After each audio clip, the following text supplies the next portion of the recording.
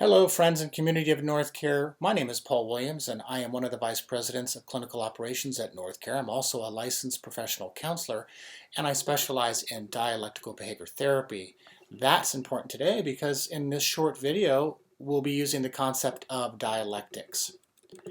So the question today that we're offering the community is, how do we manage our anxiety given the current societal trauma and stressor of COVID-19? So the answer is what we call a dialectic, which is kind of a fancy word for saying that two opposite things are true at the same time. So think of it that there is a thesis, which is true, and an antithesis, which is also true. They're both true and they're conflicting, and this is causing tension, and it must be somehow resolved to synthesize the truth of both sides. A really simple example of this is cheesecake. One thesis of cheesecake is it is quite delicious. The antithesis to cheesecake is that it is fattening. So if you just follow the thesis, which is cheesecake is delicious, then you will eat all the cheesecake in the world as much as you can, and you'll live with the consequences. If you only follow the antithesis to cheesecake and say it's fattening, what you'll do is you'll never have cheesecake, you'll deprive yourself of cheesecake, and you'll be making a decision about your life based on basically an attitude of deprivation.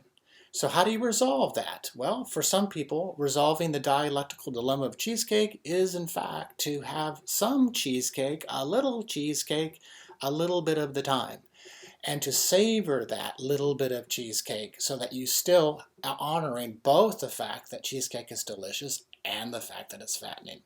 Now that's kind of a simple example. A deeper example is child rearing. Your parents will tell you that raising their children, it feels like they have tremendous amounts of influence over their children. That's the thesis. There's an antithesis to that where parents ultimately realize that other things are influencing their children and they may not have had as much influence as they thought they did. For example, the teenage years, a lot of families come to this realization. So if you talk to any parent or caregiver in our country, they'll tell you how they came to resolve that dialectical dilemma. So how do we manage our anxiety around COVID-19? Well, that's a dialectical dilemma, as we said, because the thesis is you are highly at risk. That is a factual thesis, and in fact, the reckless ignoring of that thesis is to your own increasing of your risk level. If I just focus on the thesis, though, I'm going to be highly anxious, right? So I can flip to the antithesis and say, well, it's also true that there's very highly effective personal protective measures that we all can take out there to mitigate risk. Now, you could say, if I just flip to the antithesis, that must be the way that I'm going to manage my anxiety, right?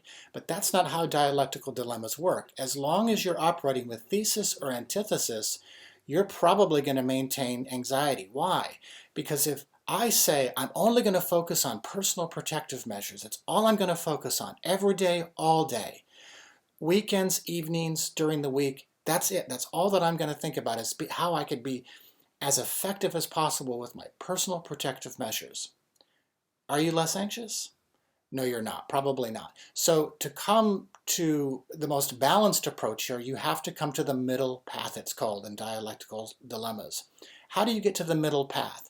Well, you synthesize the fact that we're all at enhanced risk while you counter that and you synthesize in the antithesis, which is that there are reasonable things you can do that are highly effective. Now, here's the cherry on the top of this sundae. Once you do that, once you focus on the synthesis and resolving it by synthesizing both sides of the argument, you get to let it go.